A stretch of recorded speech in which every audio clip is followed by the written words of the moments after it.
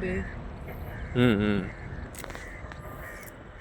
எல்லாம் பிரச்சனை வச்சுருக்கேன். எப்பயாவது வேணும் அப்படின்னா காலையில் இருந்து இட்லிக்கு தொக்கு பண்ணிடுவாங்க.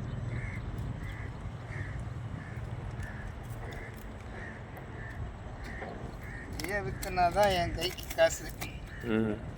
வீட்டுக்கு போனால் நம்மளுக்கு காசு இல்லை.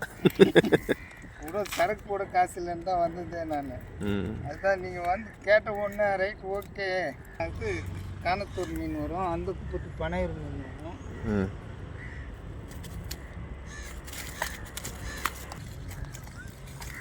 வேலைக்கு போகும்போதெல்லாம் 2005 வந்து பிரச்சனை பண்ணி தான்